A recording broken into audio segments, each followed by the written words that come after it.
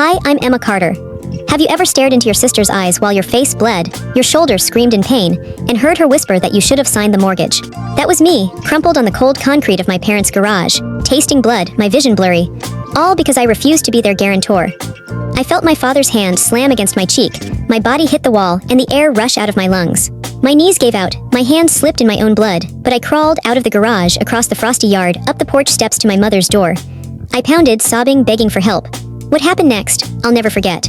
Even the police were shocked. 2 weeks earlier, Sarah called me, her voice sweet like she wanted something. Hey Emma, we're having a small dinner at Mom and Dad's this Friday. Just family, cozy, Dad's cooking. I hesitated.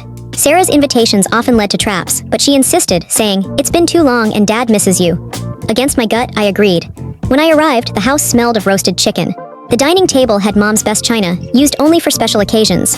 Sarah hugged me tightly, her perfume lingering. "You look tired," she said.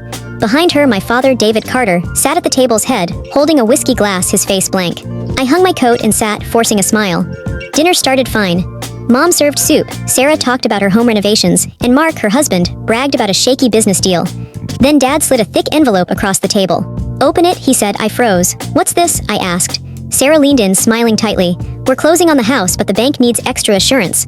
"Assurance?" I echoed. Dad nodded. "Your name on the mortgage as a guarantor." "No big deal, Emma. I work in finance." I knew what was in that envelope. Balloon payments, risky interest rates, clauses that could ruin me if they failed to pay. "You've been denied before, haven't you?" I asked quietly. Sarah's smile faded. "Temporary credit issues," she said. "Freelance income looks bad on paper." Dad's eyes narrowed. "We need you, you're the responsible one." It wasn't praise, it was a demand. I set my spoon down. "I can't sign this. If anything goes wrong." "Nothing will go wrong," Sarah interrupted. "We're family." The word felt heavy, a trap they kept setting. I didn't bite. "I'll think about it," I said. Dad's jaw tightened, but he didn't push. I finished my soup, the envelope sitting like a loaded gun. The next morning, I sat at Rachel's kitchen table, staring at an untouched coffee mug. She's been my best friend since college, always seeing through me. "They want you to do what?" she asked, arms crossed. "Cosign their mortgage," I said. Rachel's eyes narrowed. "Emma, no, if you sign, you're on the hook when they don't pay, and they won't." "They're my family," I said softly. "They're counting on that," Rachel replied. "You always show up. That's why they ask. Remember the credit card mess 3 years ago? They used your account for Mark's business and you paid it off to save their face." My throat tightened.